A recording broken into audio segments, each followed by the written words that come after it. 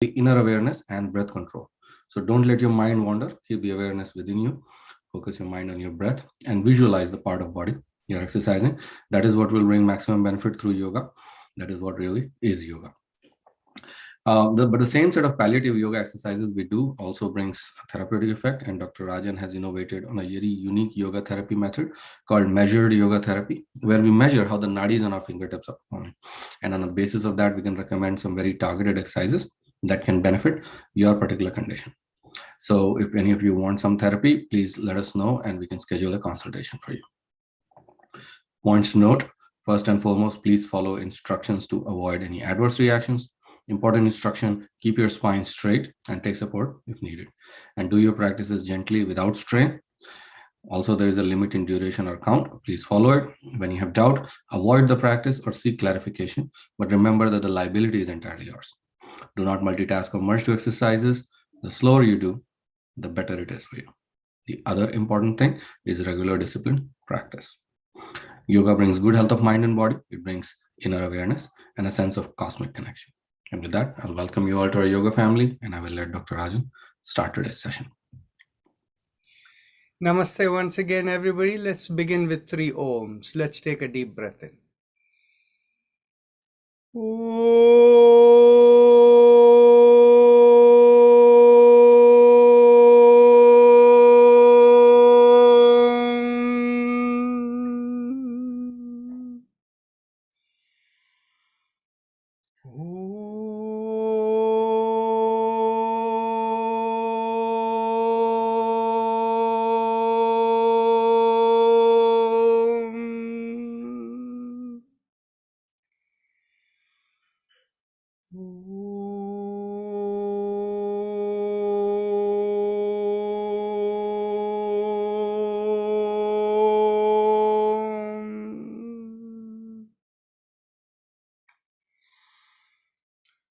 So, going on with the Yoga Sutras, today we will do this the overview of chapter 2. Just as a recall for all of you, on Thursday we spoke about the place of the Yoga Sutras within the context of the Indian literature, Indian spiritual literature, and how old it is, and relative to the Vedas. And on Friday, we gave you a full overview of the Yoga Sutra layout, the 4 chapters, and how they should be looked at. And yesterday, we went through the first chapter's outline. So today, we will go over the quick outline of the second chapter. In fact, the second chapter and third chapter have to be understood continuously. So, time permitting, I'll also cover the overview of the third chapter today itself. So, in the second chapter, there are essentially 2 sections. The first section is all about, you remember, we spoke about in the first chapter, Patanjali Muni in the first part talks about the reason we don't realize who we are is because we are associating ourselves with all the activations of the program within. And when we stop being affected by it, only then, by being a pure observer, we realize who we are, right? So in the second chapter, he basically he actually starts by saying that simply by seeking to know and having the attitude of an observer and surrendering to God, you can actually begin to burn off all the programs and purify yourself. And so what are the programs that are embedded within you? So he talks about 5 types of programs embedded within you. And I've explained this during one of our Sunday discussions when people asked about the nature of what the Yoga Sutra says and all of that we have discussed. The 5 of them are what he calls as avidya, or the lack of awareness of the nature of existence. Second is attractions. And third is aversions. Fourth is the sense of me as the experiencer. And the fifth is me as the doer, sense of me as the doer. And I had explained in a previous context that these five are taken together as three in the Vedantic literature. The role of not knowing what existence is all about is called avidya, and is the same thing. The idea of attractions and aversions, this is the categorization of the mind, so it is called as manas in the Vedantic system. And then the element about me as the experiencer and me as the doer is called ego or ahankara in the Vedantic literature. So whereas in Yoga Sutra you divide them in this way. So after discussing that these are the 5 root programs that create the activation, he goes on to again repeat what he said in chapter 1. By being a pure observer, you can overcome it. And then, of course, in this second chapter, since he's going into a little more detail, he basically describes a little bit more, like that even people who are highly educated or, what you will say, scholarly people, they may not be able to overcome this. To be non-reactive to situations. So, it is our nature. When we deal with anything, we think whether this is going to be useful or profitable for us, or not useful or not profitable for us. So we think in those terms. So it's very difficult to get over it completely, is what he says. But when that happens, that is when you have the arising of the true knowledge. And the true discriminative knowledge, the word used in the Yoga Sutra, is called viveka. So the viveka that comes from it.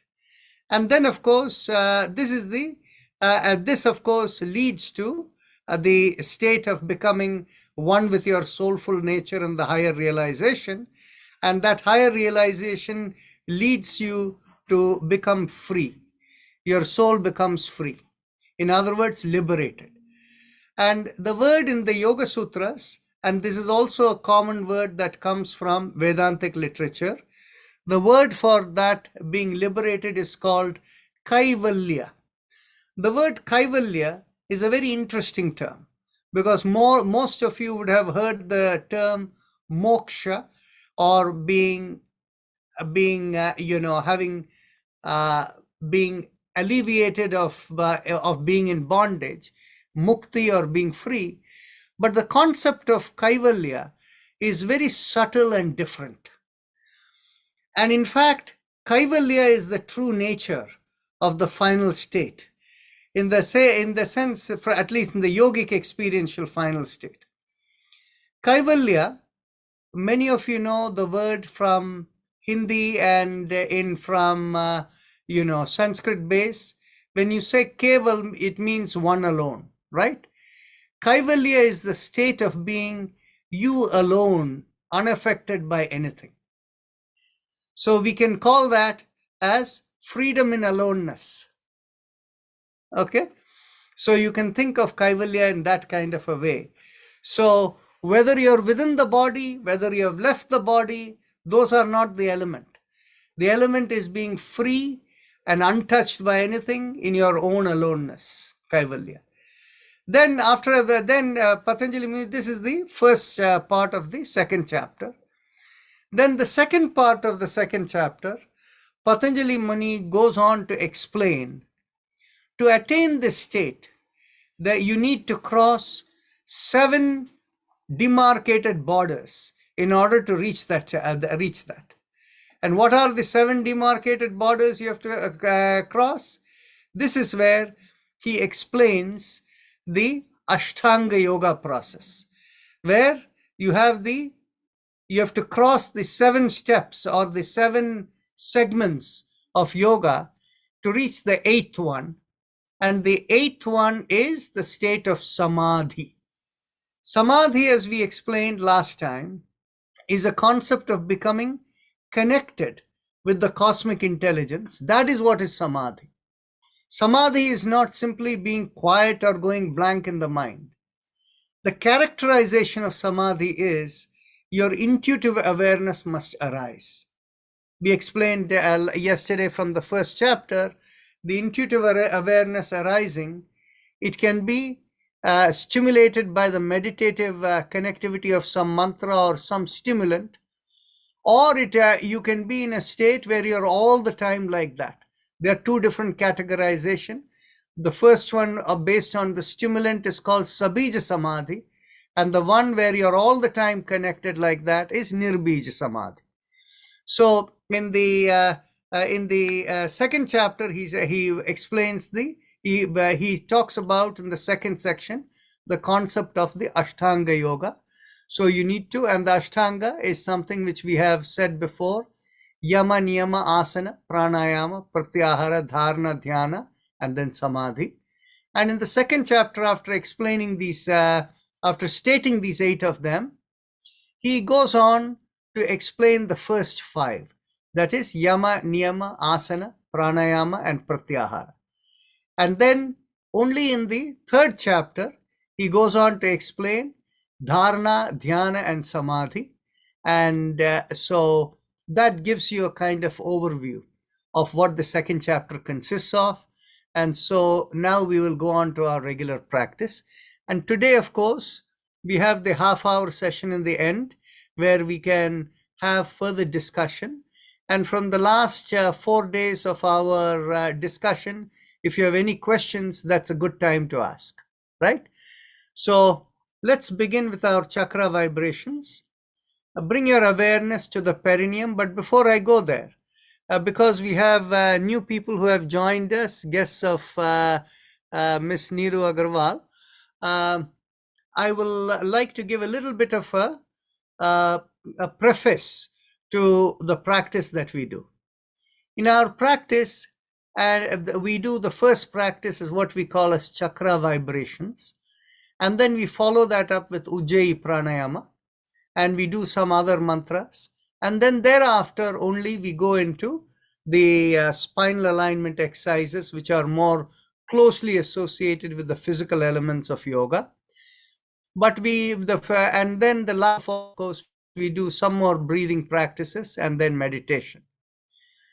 This chakra vibrations we do in the beginning and some of the mantras we do over here is a little different from pretty much most of the yoga schools. And there are very limited number who have some similar practices, but in the common yoga schools don't deal with it. The reason we pay so much importance to this is the concept of healing within the system is based upon how you work with our 3 zones of entities, which are referred in the yogic literature and in the traditional medicine literature of Ayurveda as the gross body, the subtle body, and the causal body. Put it in other words, the gross body is what you see physically, anatomically, and physiologically. And the subtle body is the vibration that causes the physiology and the anatomy. And the causal body is what you can think of as the consciousness. In other words, the soul and consciousness is the program. And once those programs are there and energy hits it, that's when the vibration begins. And then the vibration manifests in the forms of the anatomy and physiology, which makes us who we are at each point in time. So normally, yoga practices are addressed to relieve the stress that is caused between the conflict between the subtle body, the vibration body, and the gross body. Whereas on the other hand, and yoga schools rarely do anything about dealing with any deep-rooted conflicts that are between the causal body and the subtle body. These are the kind of problems that normally occur related to mental health as well as autoimmune conditions. And so as a preventive mechanism, and this comes from the Tantra Yoga tradition, we do the chakra vibrations first. Many of you have been doing this for a long time. You know how you feel when you begin and how you feel after we do the chakra vibrations. So the people who have joined us, Niruji's guest today, who have joined us, please observe for yourself, close your eyes and see how you feel right now. And after we do the chakra vibration, you can tell us how different you feel. So after this practice, we do the Ujjayi Pranayama, because the chakra vibration clears out our what we call any conflicts between the causal body and the subtle body. And then the next level coming into the physical body is opening out the connectivity into all the body elements. That is what the Ujjayi Pranayama does. And then we begin everything else that follows from there. And the physical element practices that we do, we follow the Tantra Yoga tradition. In the Tantra Yoga tradition, all physical elements are done with awareness within and with the flow of breath. And in the US, the Tantra Yoga tradition, that a person who is most famous, who leads that tradition, is actually called Amrit Desai, who is in Florida. And he uses the term meditation in motion. That is the term he uses. In the traditional Tantra Yoga system, the concept of moving with breath and awareness is called prana kriya. So now, people who came from the Iyengar Yoga world or the Hatha Yoga world, who were not aware of the Tantra Yoga system, when they started doing motion while they were in certain postures, they created a new term in the last, maybe half a century ago or so, a term called Vinyasa Yoga. In fact, that always existed as part of the Tantra Yoga and is called Prana Kriya. So we do that because it is a lot more easier for a senior population, and all of them have the same benefits. Some may give quicker benefits than others, but nevertheless, what we have to do is the cardinal rule in yoga is whatever we do, it has to be done with ease. So we cannot hurry things, right?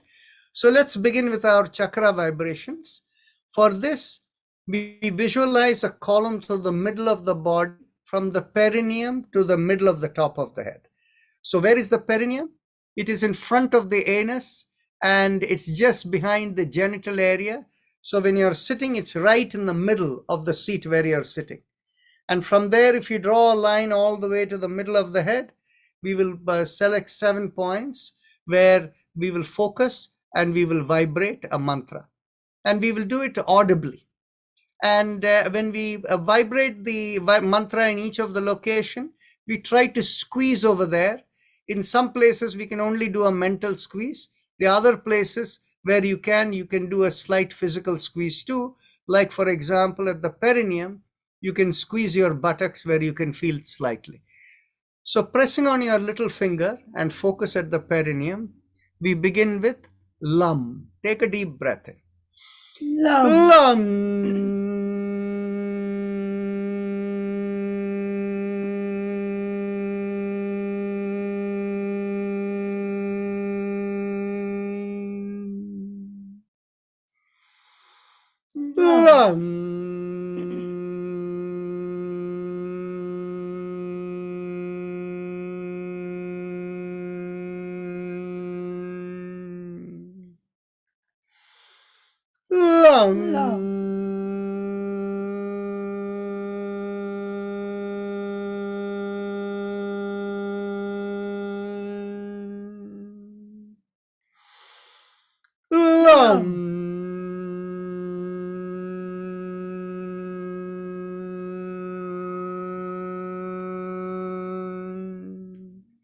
Release the fingers and continue.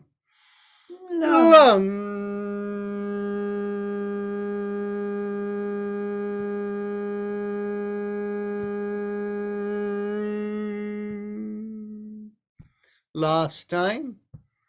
Lam.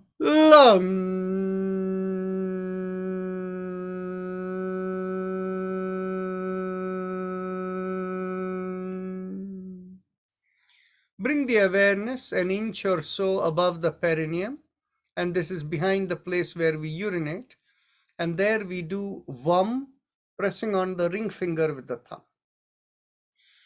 Vam.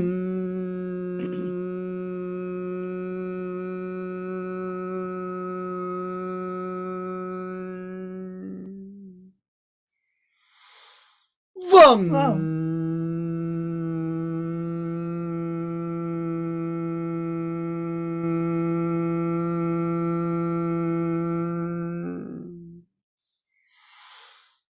Vam.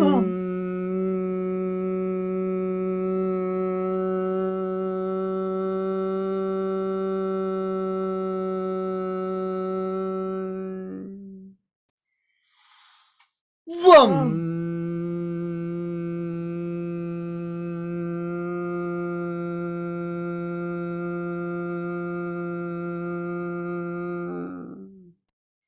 Release the fingers and continue. Vam.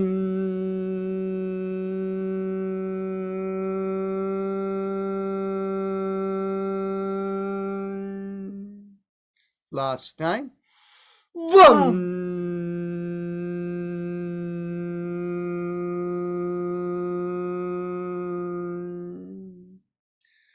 Bring your awareness behind the navel in the middle of the body, and there we do Ram, pressing on the middle finger with the thumb. Ram.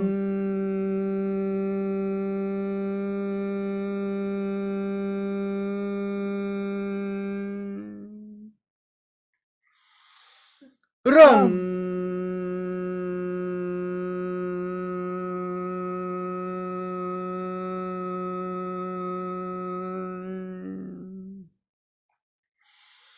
Ram.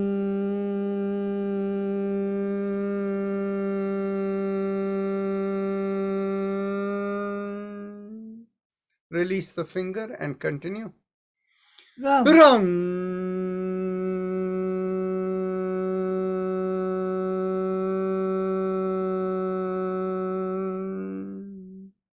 Last time. Ram.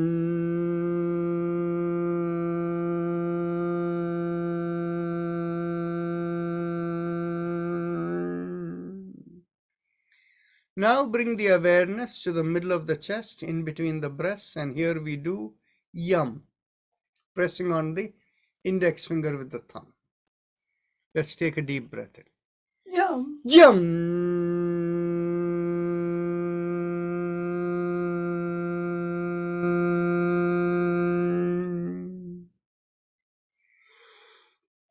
Yam.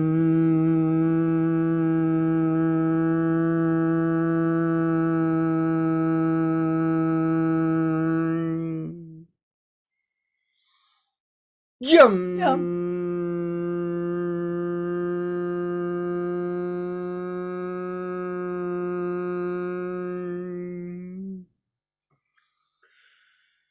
Yum. Yum.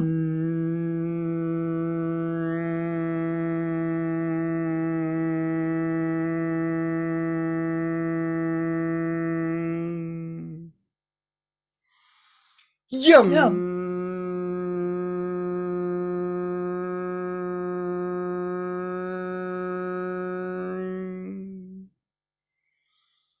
Yum. Yum.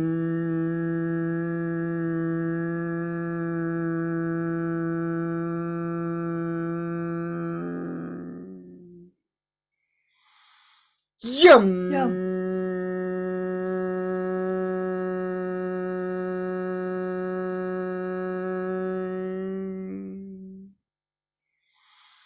Yum. Yum.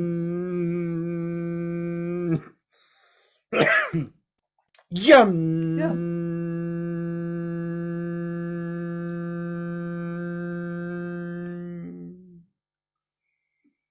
Release the fingers and continue. Yum. Yum.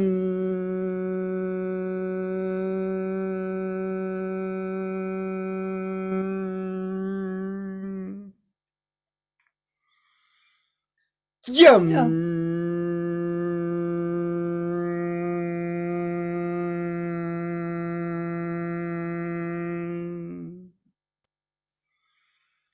Yum.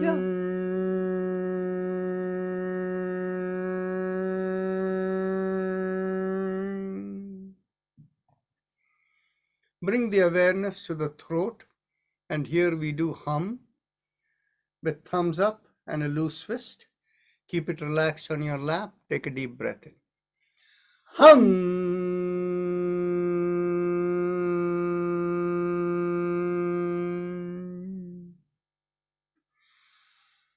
Hum. Hum.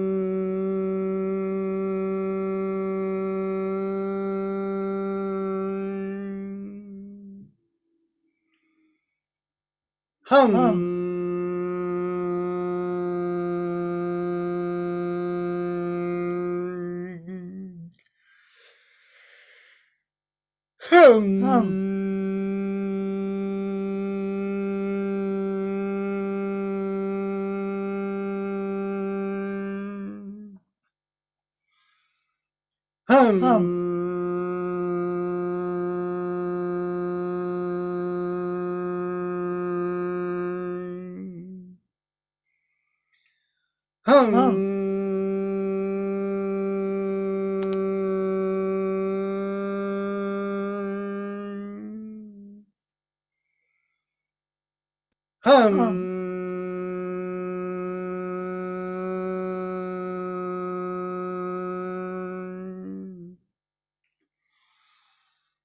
Hum. Hum.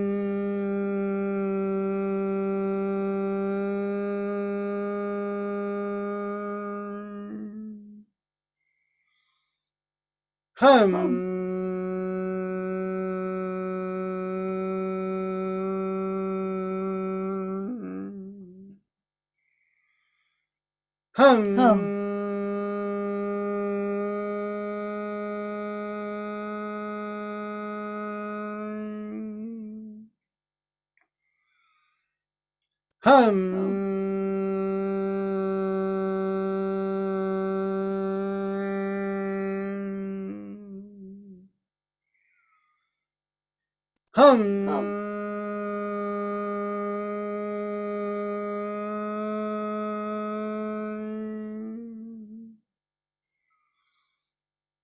Hum.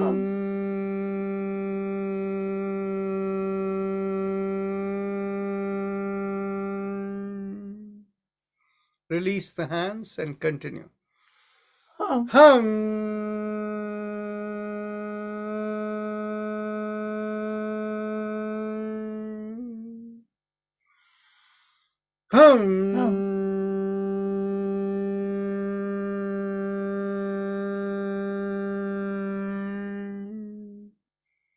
Bring the awareness to the middle of the head, and there we do chum, thumbs up with a loose fist. Chum.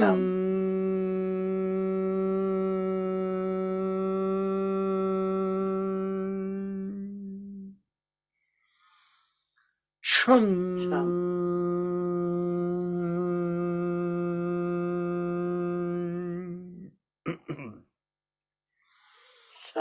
Chum.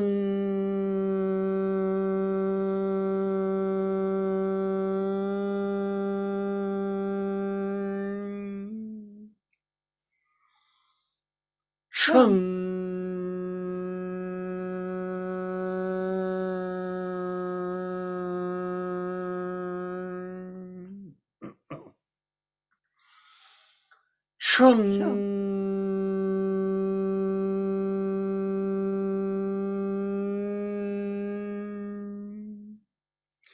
Release the hands and continue. Chum.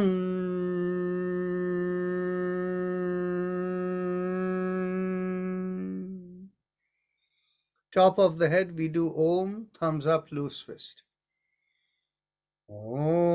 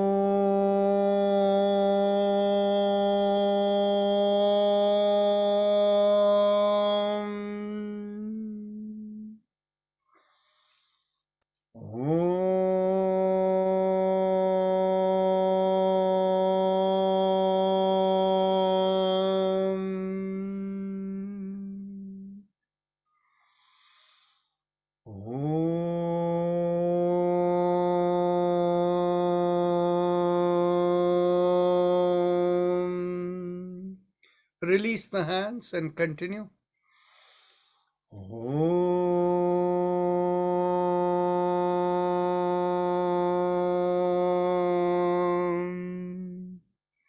Last time.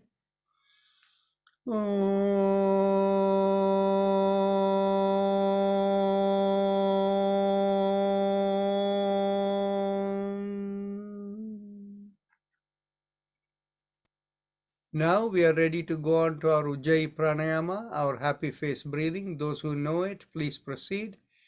So those of you who joined us new today, you can just sense for yourself how you feel after doing the vibrations. You may feel a little lighter, maybe the head feels more open, and whatever is the senses you may be feeling. Now, let's go on to the Ujjayi Pranayama instructions. Bring your awareness to the lowermost part of the mouth that connects into the neck, the hole through which food and air passes down.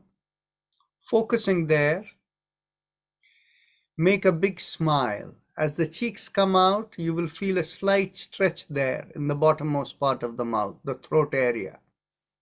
Focusing in that stretch, inhale and exhale in a comfortable, slow breath.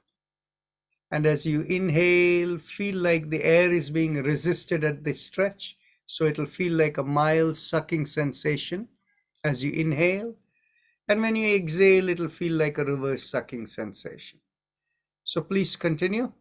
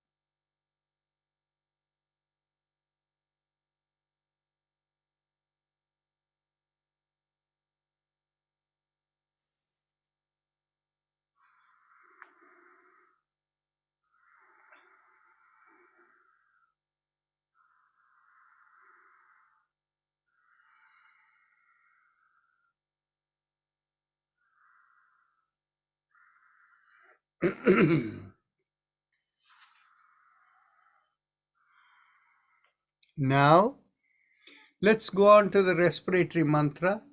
Bring your awareness behind the sternum, and from there feel a rising vibration going through the middle of the head and out of the top of the body.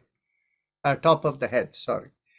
And the vibration is 3 syllables, Haim, Em, So feel the flow from behind the sternum, Haim, Em, Haim, Em, Haim, Em, Let it flow.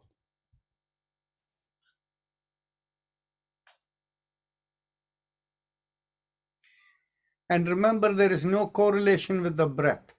The breath is unconscious breathing. You're not even aware of it. Just focus on the visualization. Haim, Em, Haim, Em, Haim, Em,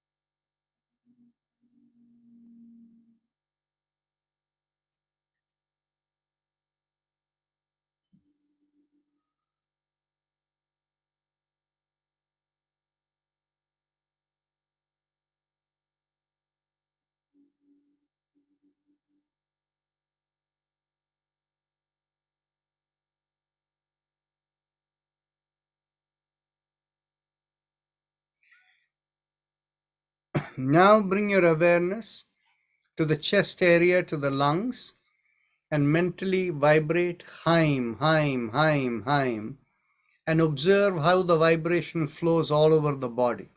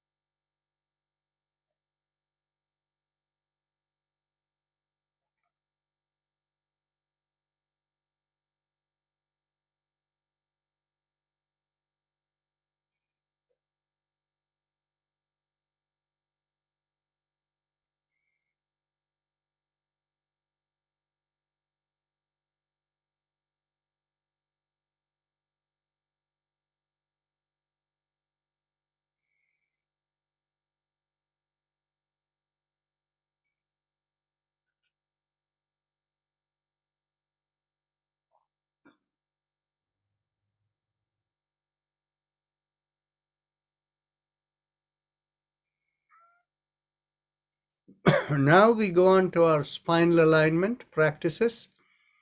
Those of you who like to do it with your back, with your hands behind, you can do it. The rest of us, we can continue. As you exhale, gently tilt your head and bring your ear towards one shoulder. Inhale, come back up. Exhale, go towards the other shoulder. Inhale, come back up. Keep your eyes closed as you inhale and exhale and have this movement, and observe the sensations with it.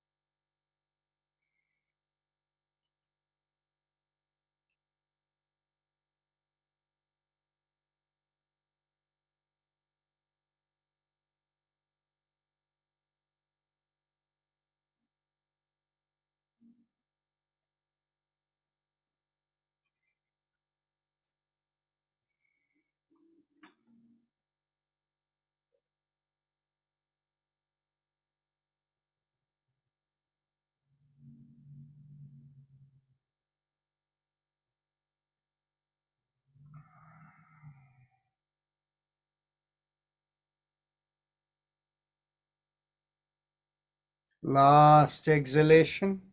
Inhale, come back up.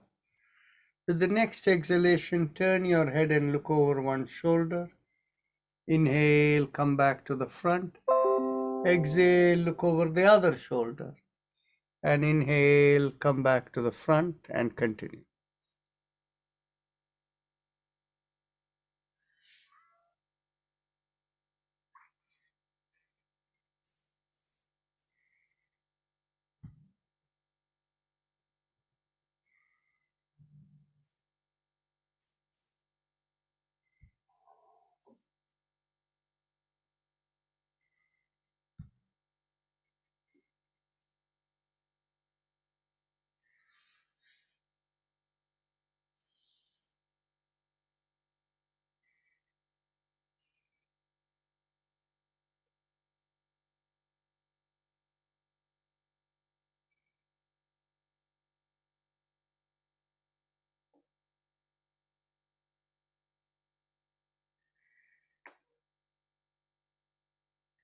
Last exhalation.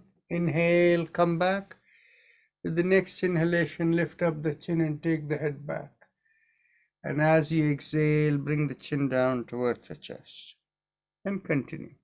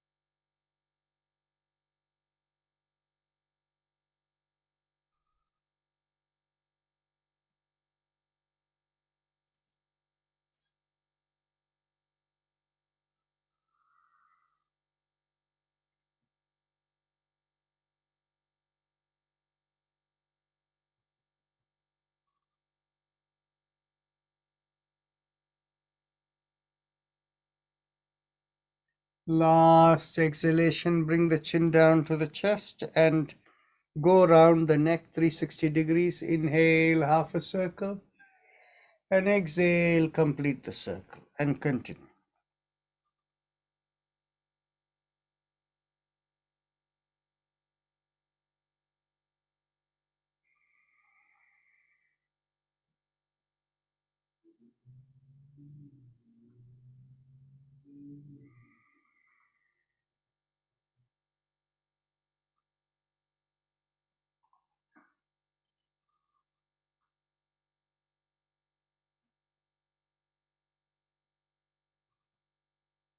Last inhalation. And last exhalation. And now we go in the reverse direction.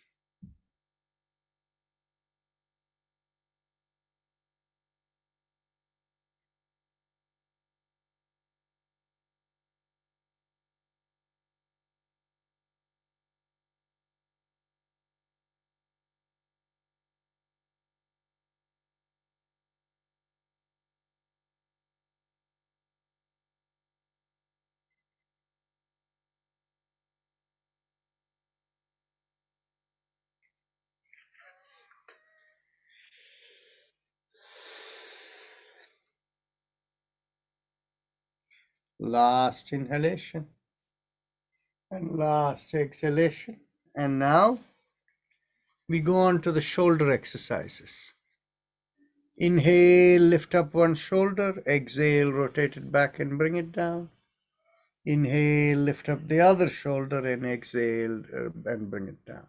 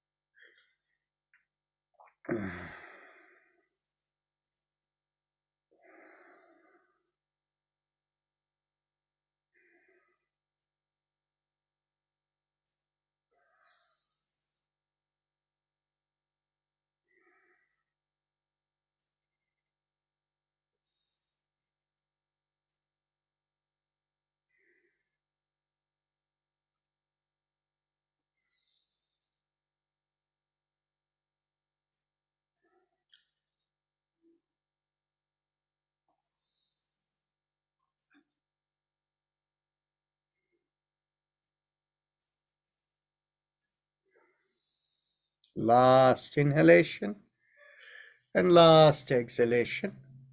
And now we don't have time for the full hand exercises. Stretch out your hand and lift up the palm perpendicular to the forearm.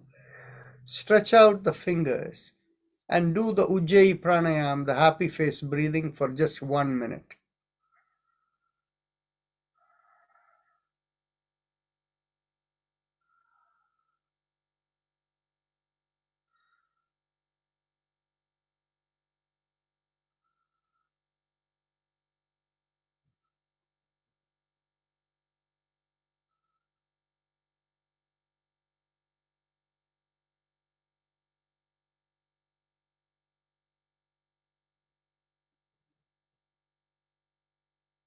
Now, bring the elbows in line with the shoulders and keep a fist of your hand. And as you inhale, go around the wrist, open out the palms, and exhale, make the fist again, and continue.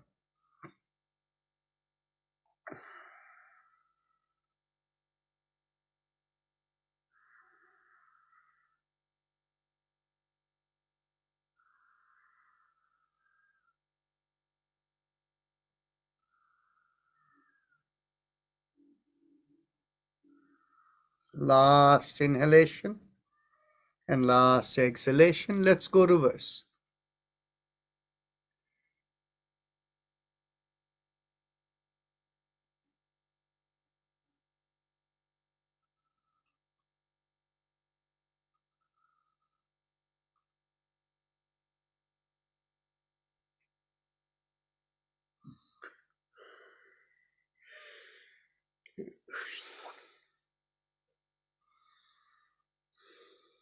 Last inhalation and last exhalation. Interlock the fingers and bring it behind the head. And as you exhale, twist to one side, inhale, come back. Exhale, twist the other way, inhale, come back, and continue.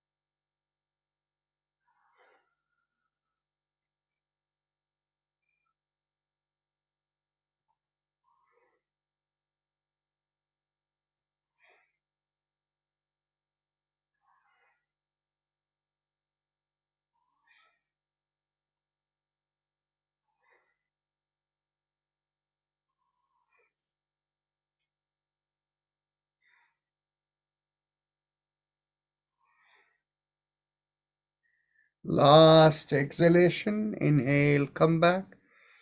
Get hold of the elbows behind the head. And as you exhale, pull on one elbow. Inhale, come back up. Exhale, pull on the other elbow. Inhale, come back up, and continue.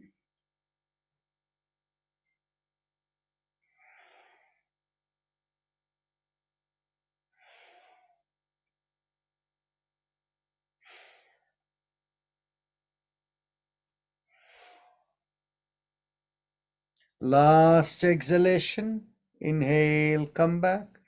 Now we bring the hands behind the back, get hold of the elbows. Take a deep breath in, pull back the shoulders, expand the chest. And as you exhale, twist to one side. Inhale, come back.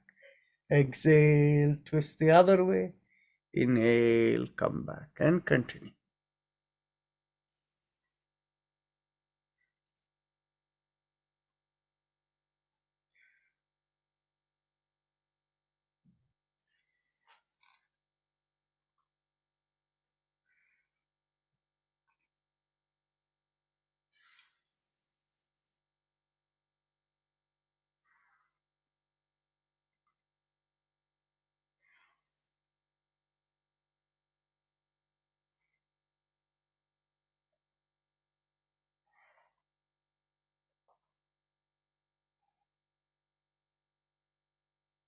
Last exhalation, inhale, come back. Now get hold of your hips behind your back. So effectively, you're holding the hip area where the four fingers are behind and the thumb is on the side, just above the hip. And as you inhale, push on one hand and make a backward arch. Exhale, come forward. Inhale, push on the other hand and make a backward arch, and exhale, come forward, and continue.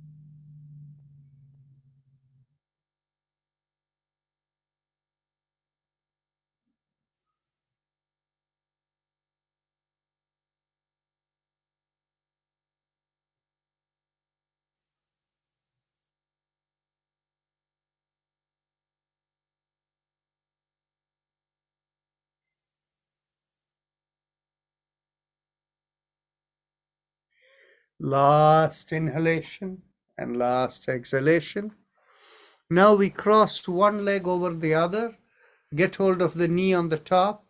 And as you exhale, pull and cross it over to the towards the opposite shoulder and turn the other way. Inhale, release. Exhale, pull and turn. You're turning to the same side as the leg you're holding. The leg goes the other way. The head goes the same way as the leg you're holding.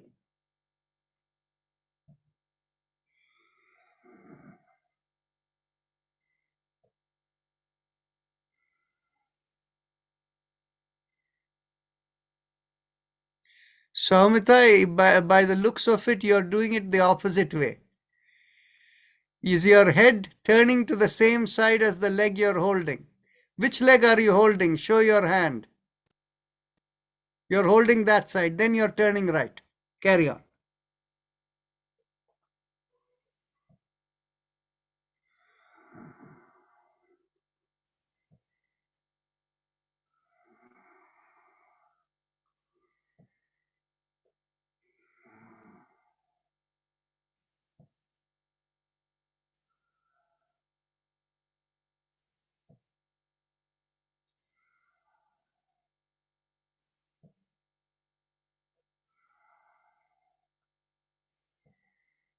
Last exhalation, pull and turn. Inhale, release. Now let's cross the leg the other way. Exhale, pull and turn. Inhale, release.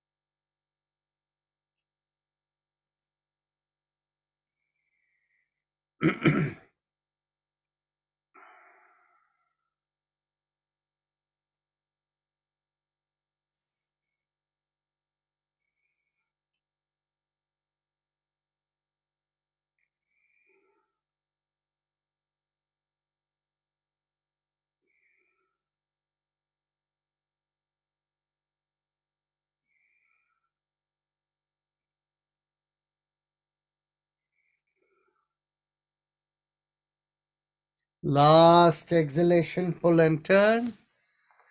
Now, those of you who don't have a balance issue, you can stand up and we will do the pelvic bend. Those who have a balance issue, you can just do it seated on the chair. Get your hands behind your back, get hold of the elbows, and take a deep breath in. Pull back the shoulders, expand the chest, and lift up your chin, taking the head back. And as you exhale, lean forward, keeping the chin up, and come down as much as you can, comfortably, keeping the chin up, shoulder pulled back, back is straight, only bending at the hip. Inhale and exhale into the stretch, and feel the stretch from the bottom of the feet to the hips. As you continue to stay there, you will feel the muscles relax and you'll be able to come a little bit more. Inhale and exhale and stay there.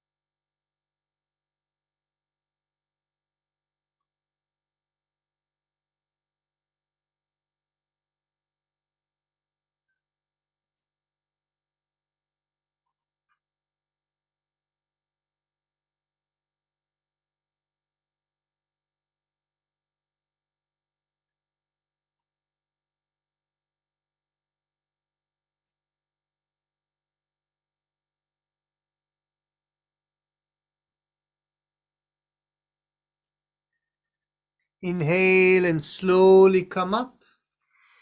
Take your seat. And we will lift both the shoulders together as we inhale. And feel the hips also lift up. And as you exhale, rotate the shoulder back and slowly come down. As you inhale, also feel the awareness going up to the head. And as you exhale, feel the awareness going down towards the feet.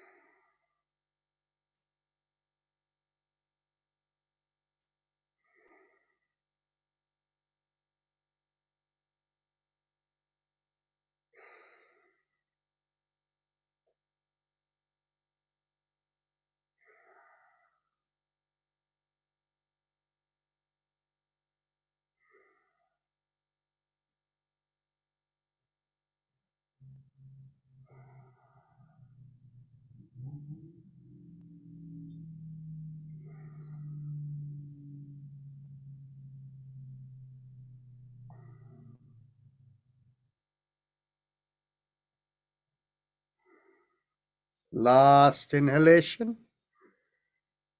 and last exhalation. Now you may want to check your nostrils to see if the breath are close to each other, almost equal. If they are almost equal, just do 4 breaths of the alternate nostril breathing with the visualization. And if they are not equal, Inhale from the nostril with less breath and exhale through the other 3 times.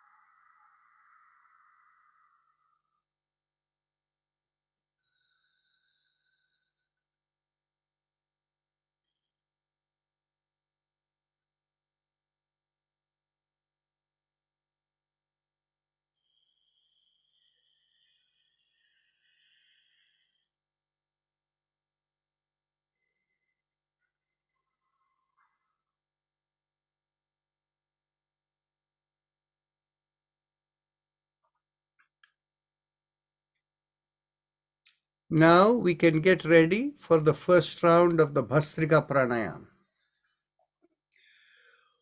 When we do this, we begin with exhalation, and when you exhale each time, even later breaths, feel like there is a compression in the sternum, like you're pulling back the sternum.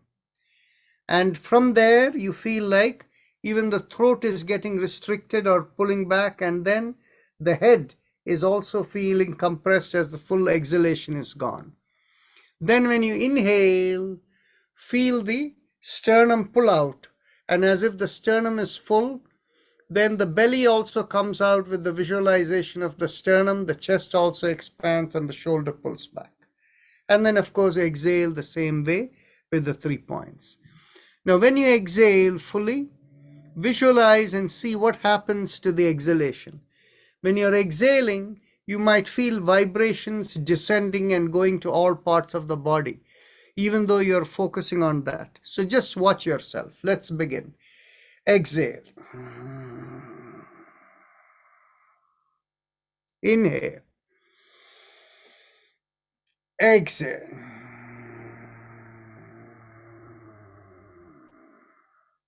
Inhale.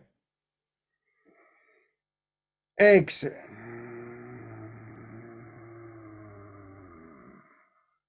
3, inhale. Exhale. 4, inhale. Exhale. 5, inhale. Exhale. 6. Exhale. 7. Exhale. 8. Exhale. 9. Exhale. 10. Exhale. 11. Exhale. 12. Exhale. 30. Exhale. 40. Exhale. 50. Exhale. 60. Exhale. 70. Exhale. 80. Exhale. 90. Exhale. 20. Exhale.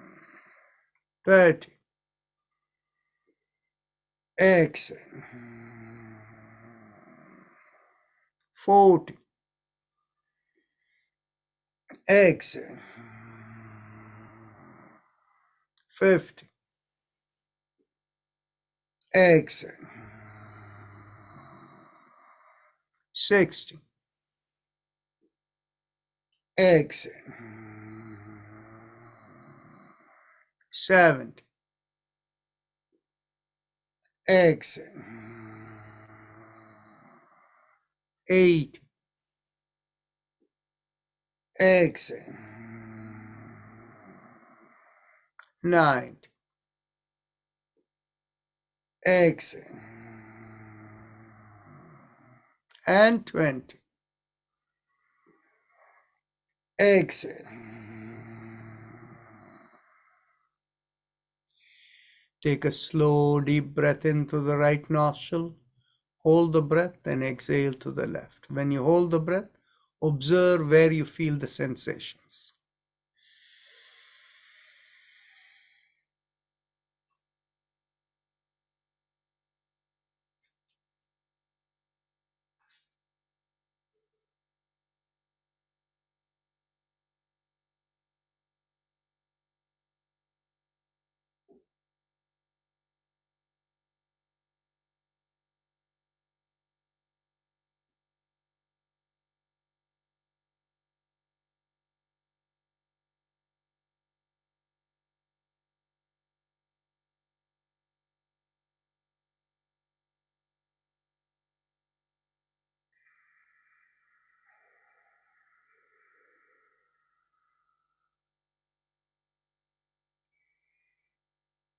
Let's go to the next round. Let's begin with exhalation again. Exhale. Inhale. Exhale. Inhale. Exhale. 3. Inhale. Exhale. 4. Exhale. 5. Exhale. 6. Exhale.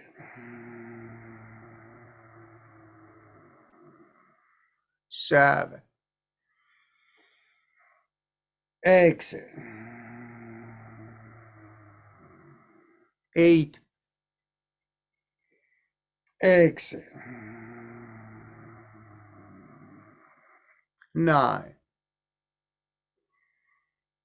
Exhale.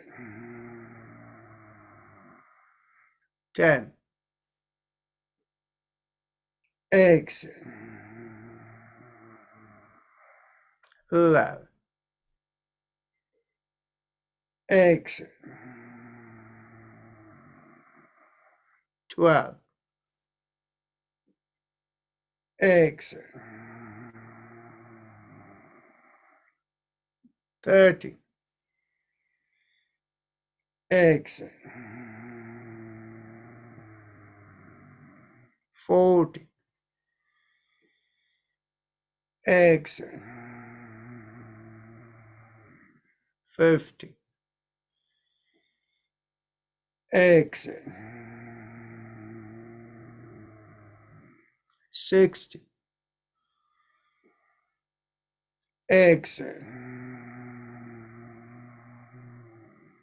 70. Exhale.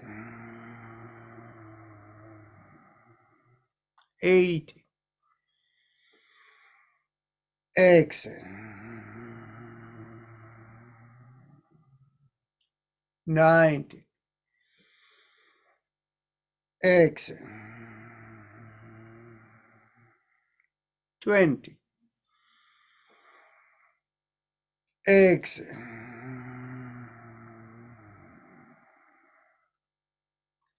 Take a deep breath in through the right nostril. Hold the breath and exhale through the left.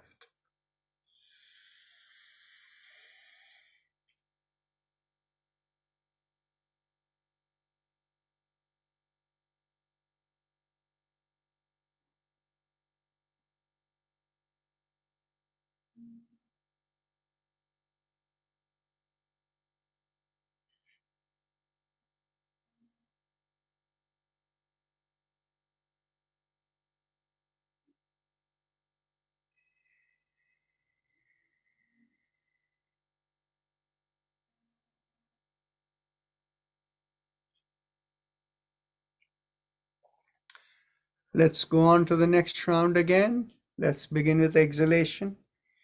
Exhale. Inhale. Exhale.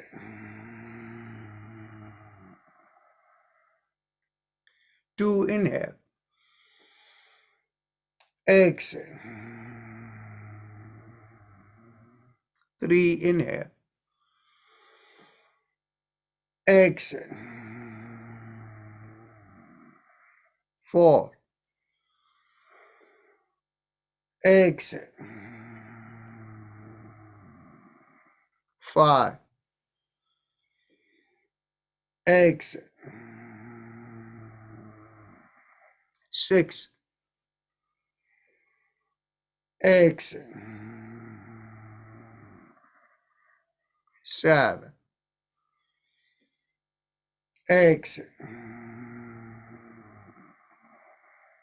8. Exhale. 9. Exhale.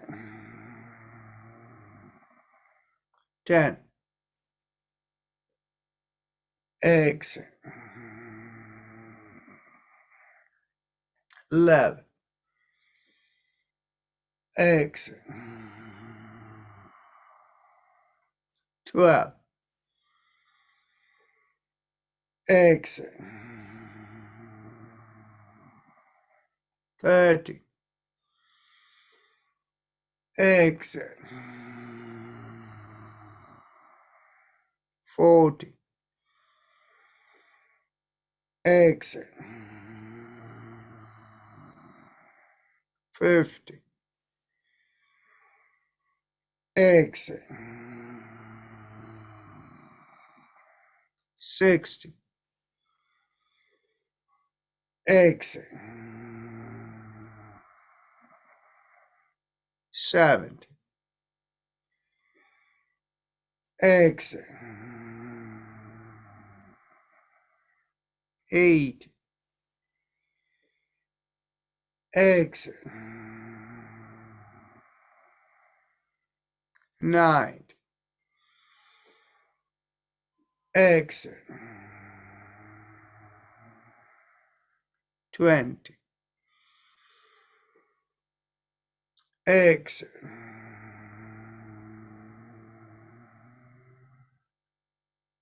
Take a deep breath in through the right nostril, hold the breath, and exhale through the left.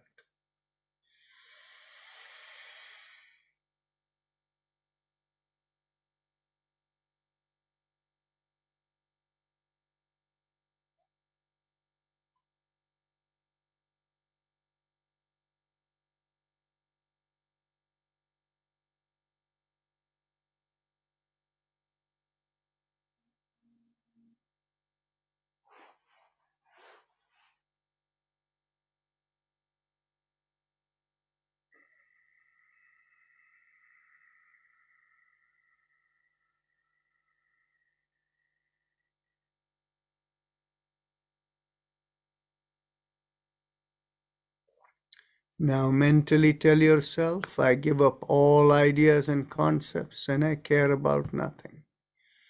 I let go of everything, I let go of everything, I let go of everything. Feel the shoulders become a little lighter as you let go of everything. Perhaps the head too feels a little lighter. You feel upward as if the awareness is upward above the head. If you have a personal mantra, focus on it. If you don't have a personal mantra, visualize a rising vibration from behind the sternum going to the middle of the body and out of the top of the head. And the rising vibration feels like Haim Em Om, Haim Em Om, Haim Em Om, and Om is playing in the background.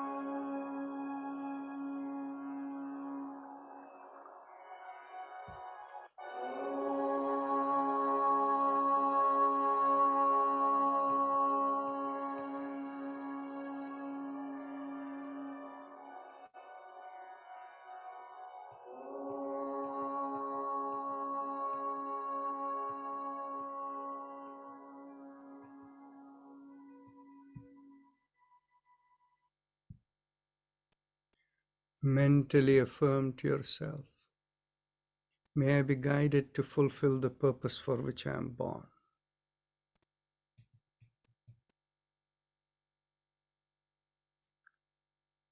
And with that as the thought, become aware of the senses from the top of the head all the way down to the bottom of the feet. And with that, whenever you are ready to open your eyes, raise the palm of your hands and look straight into the palm of your hands when you open your eyes.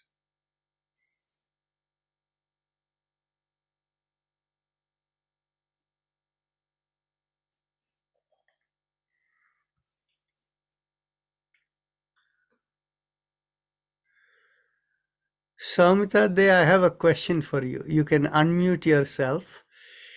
You have been attending for a few months now, right? So what motivates you to come on and join the session? Actually, I suffer from chronic back pain. That's the reason. So this gives you relief? To some extent, but I don't continue regularly. I think that's why I'm not getting the complete effect, probably. Mm-hmm. And which part of the back is the pain in? Actually, I feel these portions like so these portions I feel tightness and like this portion tightness. Okay. And sometimes problem in like turning the head. So I'm having this since more than 10 years now. So I do regular exercise. Then one of my relative actually is active part of your group. So he suggested that you try this. So actually I also want to do that measured yoga therapy he told that you can do that, but I could not get some time. Then I will contact you by email maybe. What is the good way to contact for this? You have the email that goes in. The best person, you can actually go to the website, you will get the best contact. Otherwise, reply to the email that you get. Okay. And they'll put you in touch with Avni Presswala. She will coordinate it. Okay. But do you get any relief immediately after doing the exercises here? If I'm having, like, I don't have the problem every day, like today I don't have that much problem, but I have seen like it comes in like episodes, like 3-4 days continuously I'm having the problem, then I continue doing these sessions. Maybe after 2 days I feel like okay, it's now completely gone, but it does not go in one session. Okay. Definitely. Okay. Thank you for your feedback. Okay. So, Renuji, you wanted to ask a question. Go ahead. I have to request you for a mantra for the skin, to calm down the skin. This is for my brother. He's an elderly gentleman, 85, with some medical problems. He has psoriasis. The skin is so inflamed, such terrible itching that nothing is helping. So I thought maybe you could give me something that I could teach him on the phone, some help to at least his mind to calm down.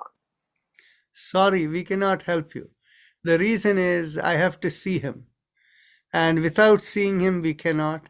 And when it comes to the psoriasis, it is really an autoimmune condition. Yes. And there are two things that help. One thing is Bhastrika Pranayama will be helpful. Mm-hmm. The other thing that will be helpful is this, the mantra that will be specific for him. Mm-hmm. And the third thing which he can also try is Bahya Kumbhak. So these are the things that will be most helpful. But unless we see him personally, we cannot find a mantra. Can he be seen on Facebook? Can he be seen on WhatsApp or something like that? Yeah, but the thing is, you see, why don't you ask him to join these sessions? He's not in a mental position, Dr. Rajan. The situation is really bad, okay? See, when he is not in that mental shape, if you ask him to do something, will he do it? He will. He will just do a limited thing. I'll have to first do it with him. And that could become helpful to him, and then he could do it on his own, or even I could do that with him every day on the phone. Where are you located? I'm in Houston, Texas. Okay. Where is your brother located? He's in Gurgaon. In India? Yes, sir. That makes it a lot more difficult. Well, not impossible though. Difficult, yes. Impossible now. Mm-hmm. Actually, I will suggest that you can coordinate with Hema Chandrasekhar, who is in Houston. Do you know her? No, but I can look for her. Yeah, and I think that will be the best option. And she can coordinate with you. She is local in Houston, and she can help you, and both of you together can connect with your brother. Okay, that's a good. Can I just get a number for her from somewhere? Yeah. Actually, what you can do is, if you send an email, reply to the email that you get, you'll get the contact for Hema. Mention over there you want the contact for Hema in Houston. Will Anjana, Dr. Dhingra, Dr. Mahajan? Yes, Dr. Dhingra has all the contacts. You can work with her too. I can get the number from Anjana. Thank you so much, Rajan. Dr. Rajan?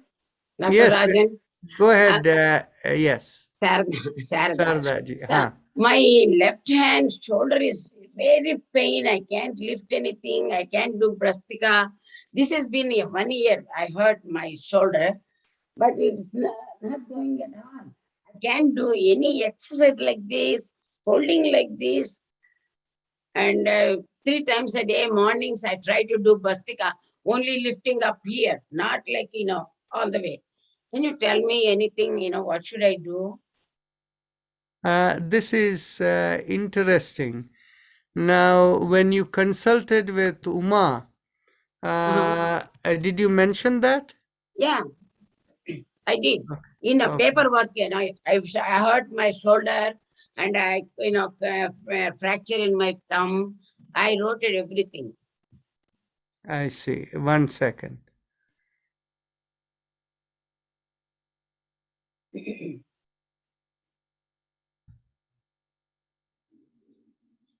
Okay.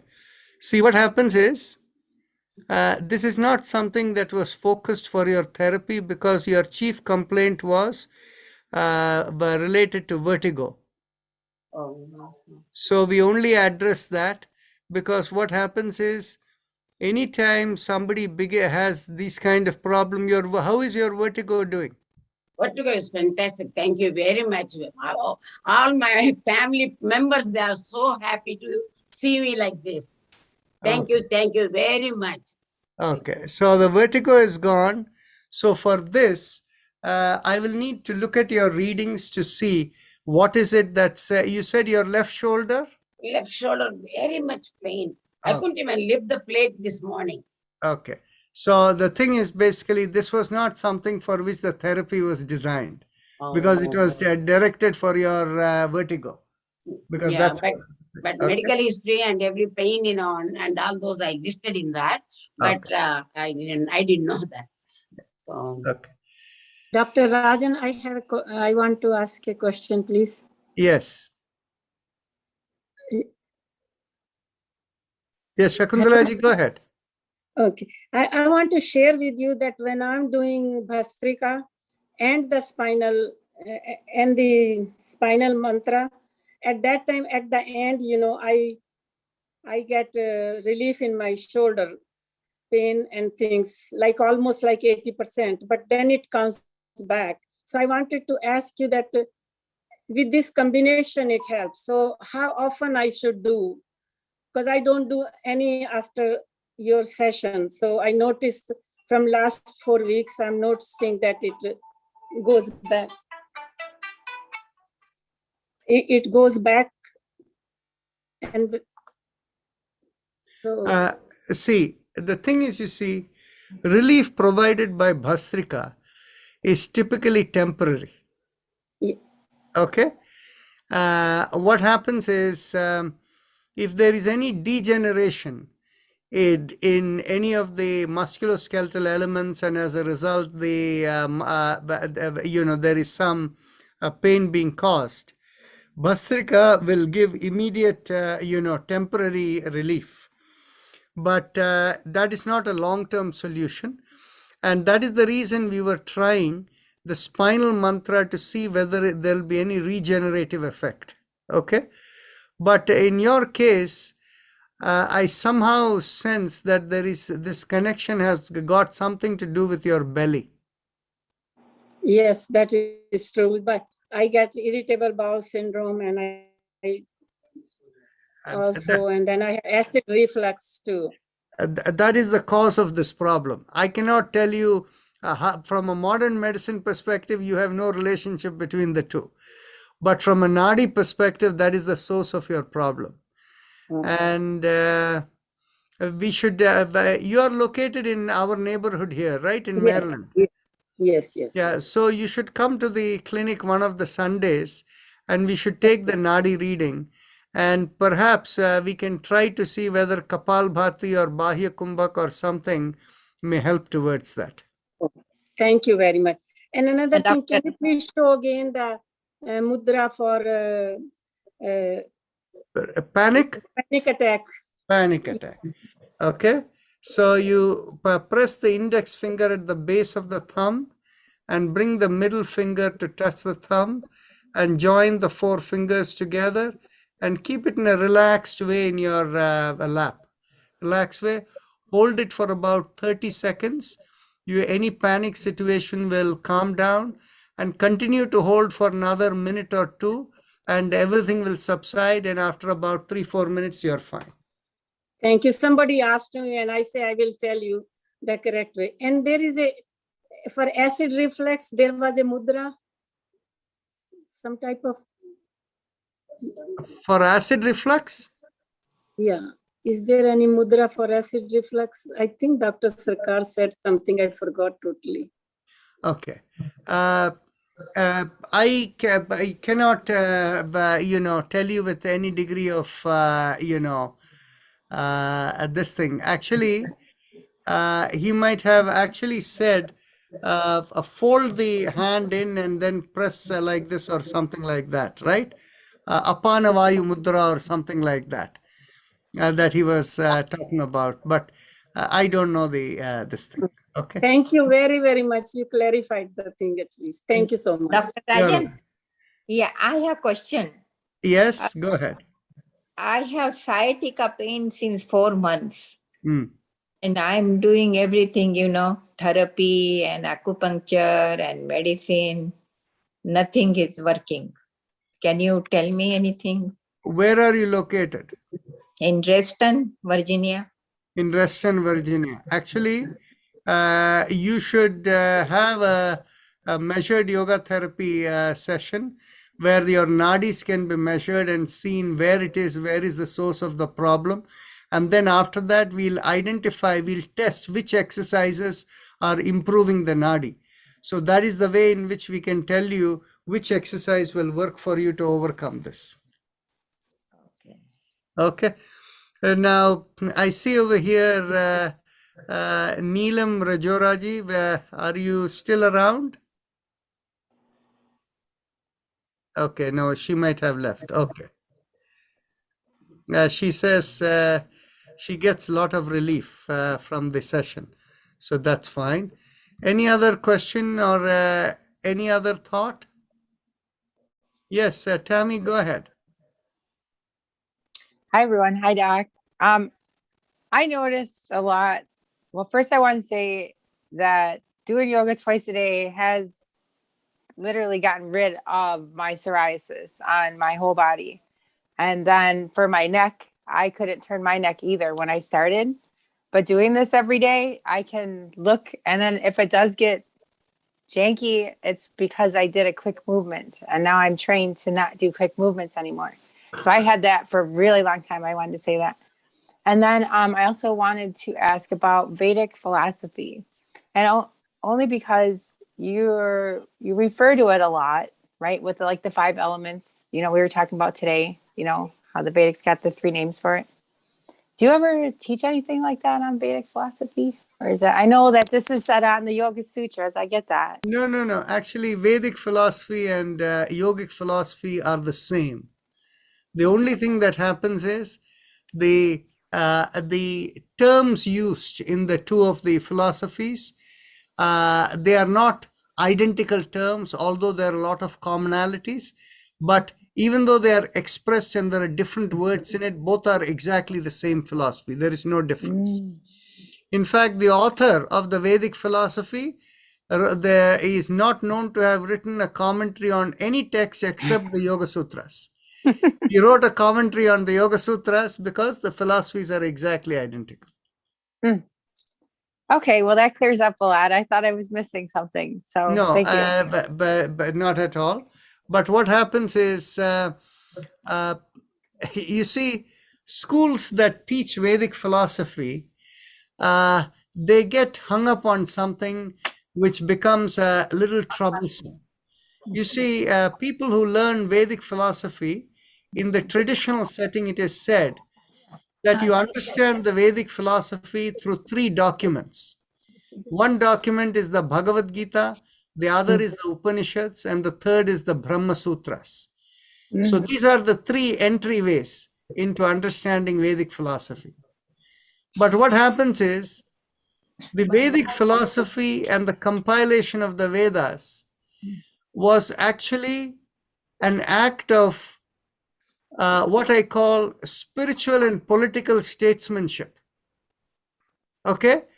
What happens is Vyasa actually compiled the Vedas, taking all the what you would call as the spiritual documents and the ritual documents of 33 different religions.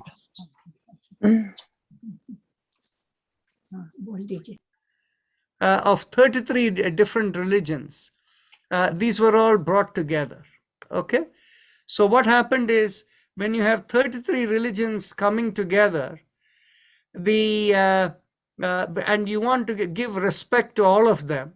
So by taking the documents from all these religions, the Vedas became a massive document. And then he divided them into 4 segments. The segments that were they had spiritual experiences, those became the Upanishads. Discussions became the Aranyakas, and the Brahmanas and the Samhitas became the ritual manual. So all fire-based worship. Okay. And so so it was effectively, because it was a way to bring 33 religions together into one umbrella, the unity of the spiritual unity among diversity of traditions, right? So what happened is, the Vedas became a monumental thing, and to explain how to understand the Vedic philosophy of the Upanishads, he wrote the Brahma Sutras. So when the Brahma Sutras are read, Brahma Sutras has actually 555 sutras are there. And unlike the Yoga Sutras, which adds up to what? 134 sutras or something, 155 sutras or something like that. Okay. So Yoga Sutras is a much smaller document. 176 sutras. So Yoga Sutras is a much smaller document compared to the Brahma Sutras. And what happens is, in Brahma Sutras, when it is discussed, each sutra is a reference to one of the Upanishadic statements. So when the Brahma Sutras is discussed, they will always go and refer it to the Upanishads. And so the Brahma Sutras have to be read sutra by sutra. Whereas Yoga Sutras are not meant to be read sutra by sutra. It has to be read like an essay, in paragraphs, because there is continuity all through.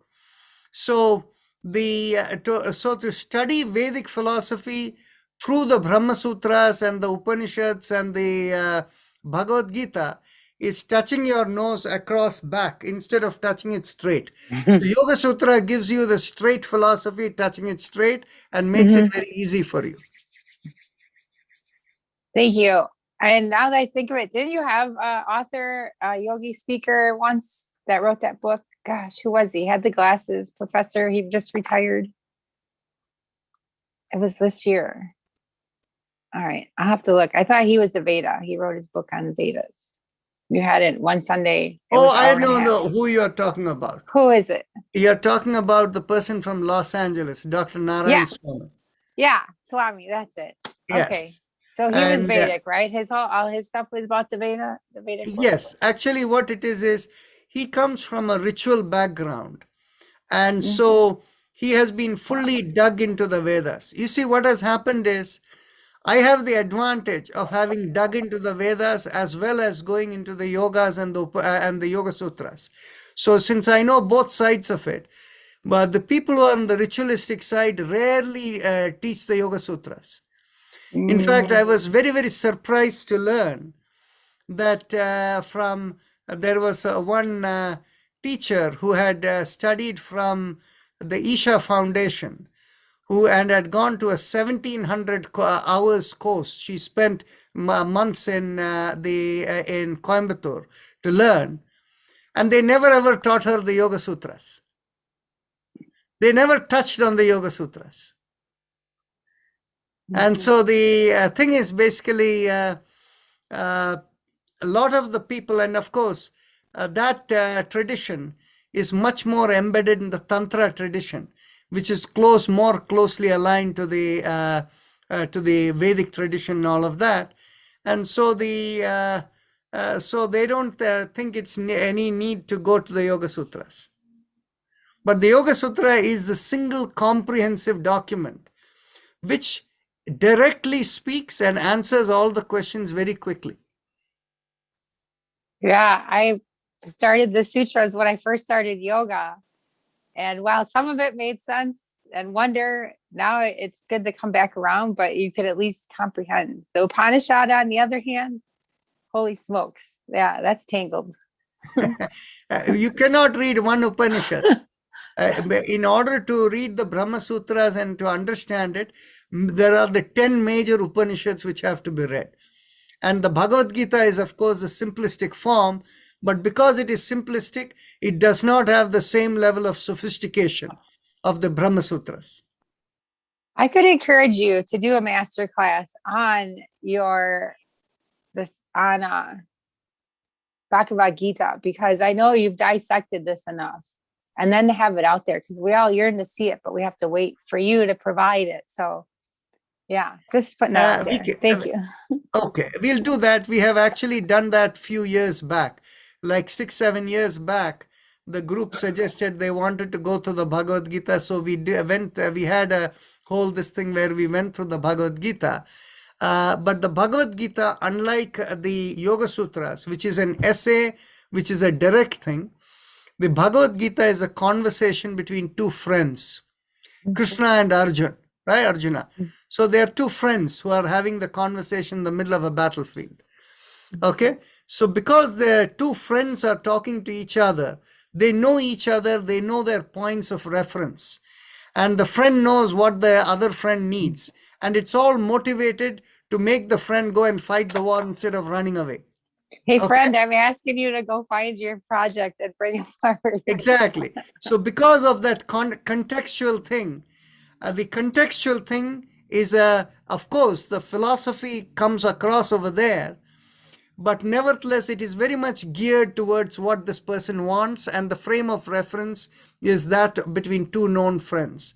Whereas on the Yoga Sutras, it is not to a specific person, it is addressed to the seeker.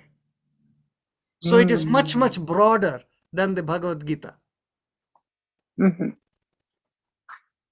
Okay, so 1 second, there is a question on the chat box from Satyapal Kheraji.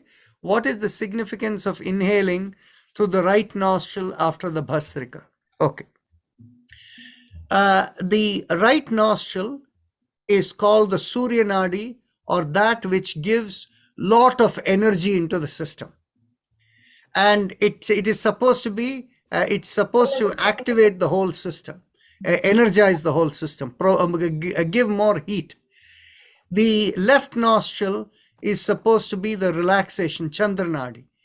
So what happens is, I don't know whether some of you or all of you have experienced this, that after doing the Bhastrika 20 breaths, when you take a deep breath in and you hold your nostril, in the first round, you may feel some sensations as if it's in the head or upper chest area.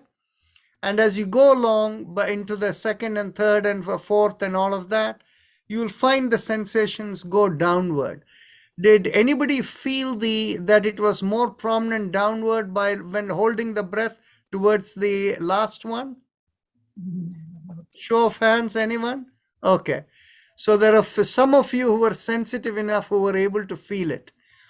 And what happens is, you need to hold the breath for at least 20 seconds so that you will feel. Now what happens is, when you inhale from the right nostril and you hold the breath for a short period, like for 2, 3, 5 seconds, and you exhale through the left nostril, you'll find the breath, the inhalation, if it is a deep inhalation, the exhalation is also strong and deep.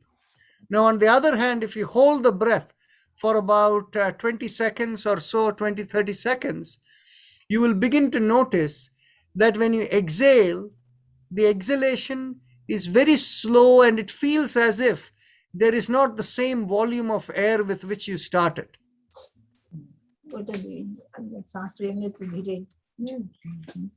Okay. Next question somebody wants to ask? Yes, go ahead, Niruji. Your friend can ask the question. Can I ask you a question, Dr. Rajan? 1 second. Actually, she has been having her hand up for a long time. Yeah, बोलिए ना. Yeah. For acid reflux, if you take the second finger, the nail and the thumb, you put it there and hold it. See, the thing is basically that is something that Dr. Sarkar has worked with, so I cannot say what that is, but the cause of the acid reflux, if you want to understand and how to work with it, the key part is acid reflux happens because there is one type of muscle in the body that is called a sphincter muscle. The sphincter muscle is like the elastic in your socks. Okay? So what happens is the sphincter muscle is in multiple places in the body. The common one which we all know is in the anus. So when we are defecating, when we are having our bowel movements, you know how it opens up, and once the bowel movement is done, it closes in. So it's like an elastic opening up and then closes after that, right? Now what happens is we have the same kind of muscle. That is, when you eat something, it is going through the food pipe, the esophagus, and when it comes to the stomach is like a bag. So on the top of the stomach here is the pipe coming in, and there is a elastic muscle that is holding the stomach tight, closed. The bag is closed. So when you eat, the food goes in, the elastic opens up, it goes in. And after that, once it starts digesting the food, it closes it, and the bag is literally shaking with the acid and all of that, and it's working over there. So now what happens is, because of stress that has come into the system, stress creates, think of your socks. If you put it in hot water and you keep it there like that for a long time, the elastic loosens up and then it won't hold anymore, right? So what happens is, when the entire system in the body, the tissues, the endothelial cells, they all become kind of stiff, rigid, then in which case the elasticity gets lost. And in fact, in order to revive the elasticity, this breathing practices that we do is most effective. But there is something else which is very unusual, which you can try. You see, what happened was, there is a researcher in yoga who comes from Italy. I'm trying to think of his, yes, Bernardi Luciano. So Bernardi Luciano is actually a researcher, and I think he's also a physician from Italy. What happened for him is he used to have acid reflux. So Dr. Sarkar suggested to him, why don't you do the neti pot, with the nostrils, you can do that. So when he started doing the neti pot, taking the warm water with salt and flushing the nostrils, what happened is, flushing with the nostrils itself started loosening the nasal cavity, as you know, is also connected with the mouth and the food pipe, and slowly they started loosening. And once they started loosening, then he found, after about 3 months of regular practice, the acid reflux also started going away. Okay, so now in the yogic, hatha yogic system, there is a practice called Kunjara Kriya, or Vaman Dhauti as they call it, where what happens is, you can drink a lot of warm water, and actually if you want, you can put a little bit of salt in it. And typically the way in which the water is drunk is, you don't drink it out of a glass. In fact, what you have is, you have like 6, 7, 8, 10 glasses of water in a bowl, and you're drinking it rapidly in the whole bowl like that.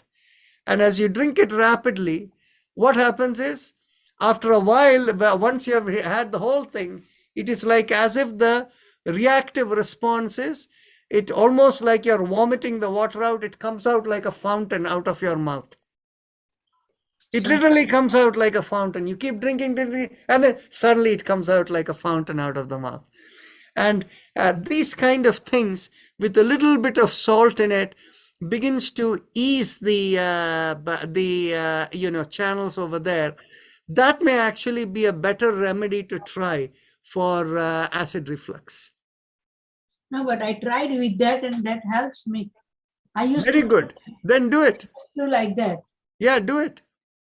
But Dr. Rajan, weren't you also saying that if you drink in the morning 16 ounces or so of water, like in one gulp, just like what you just described? That too will help. Yes, Yeah. that can also help.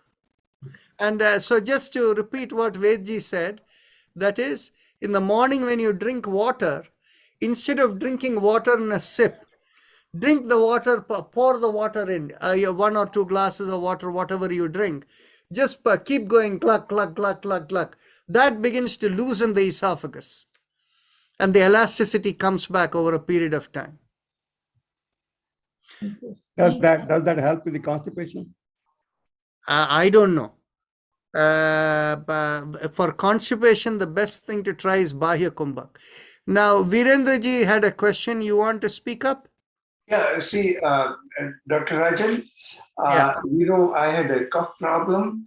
So I went to ENT doctor and he said you have sinus infection. So he treated me. So my cough is about 70% gone. Excellent. So 70%, he went through the sinus and clean it, like that. So that is 70% gone. But now I have a memory problem. And number 2 question is, do I have to change my mantra? I have HOM. So that's my question. Yeah, you have to change the mantra, yes.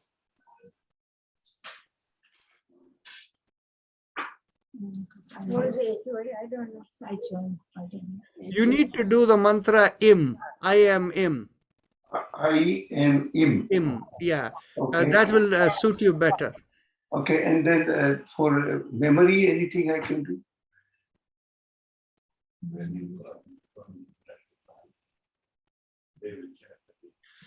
You know anything?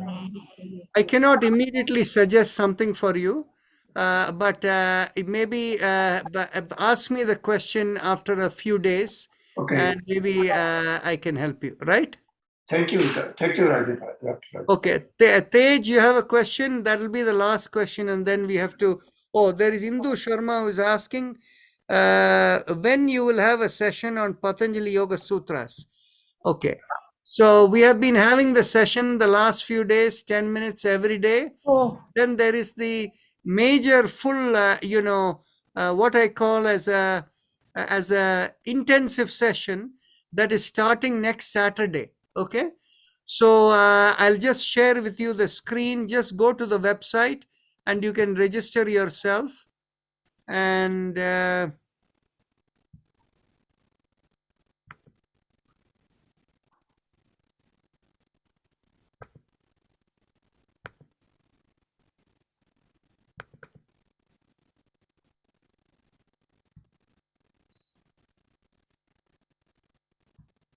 if you go to lifeinyoga.org and you go over there right in the home page, if you just go down to upcoming events, the first one that says the 2-part this thing, the Yoga Sutras, is starting there. So you can connect over there and register yourself. Okay, Induji, okay, this is the place. So you can see for yourself. Okay, so now let's go back. Oh, you're welcome. Now, Tej Mucherla, you were going to ask a question. Go ahead, and that's the last question. Yeah, for the acid reflux, may I suggest something? Yes, go ahead. Okay. Before every meal, take a piece of ginger and chew it and then swallow it. That will help. Most recently, I worked with my mom, and just about 6 weeks ago, I worked with somebody who has gone through a cardiac arrest 3 years ago. And this person continuously burps, continuously. So for both of them, it helped arrest the burps like crazy. I think what you're addressing is you're addressing acidity. Yeah, Yeah, and that works. In fact, for addressing acidity, There is also another one which is very interesting, is they call it as Hing Vastak Churna, and it's an Ayurvedic thing.